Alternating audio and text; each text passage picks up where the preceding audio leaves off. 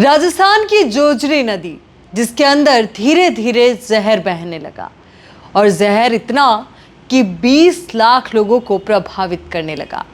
पशु पक्षी, दुर्गम से दुर्गम परिस्थिति में पल जाने वाले पेड़ पौधे सब जलकर राख हो गए।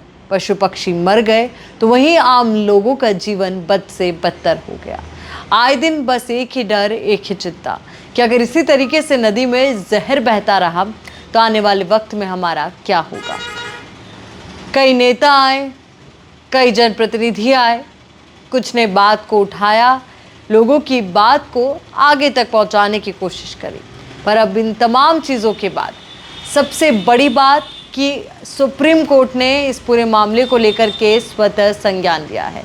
और जब सुप्रीम कोर्ट ने स्वतः संज्ञान लिया है तो निश्चित तौर पर जल्द ही अब लोगों को इस जहरीले जहर से निजात मिलेगी।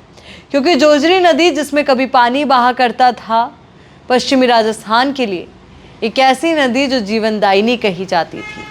नागौर से होते हुए जोधपुर, फिर जोधपुर से बालोतरा और आगे अपना रास्ता बढ़ाते हुए ये नदी लूणी नदी में मिल जाती है।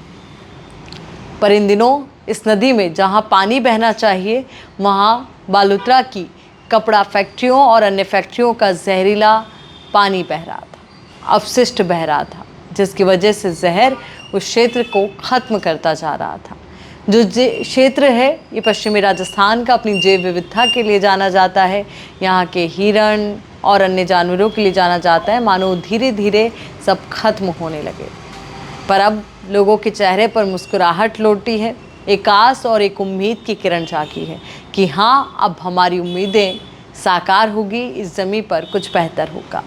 अब आपको बताते हैं कि आज कोर्ट में क्या कुछ हुआ, जिसके बाद ये अहम फैसला लिया गया। तो सुनिए ज़रा, कोर्ट ने कहा है कि नदी में फैक्ट्रियों से निकलने वाला प्रदूषित पानी और कचरा डाला जा रहा है।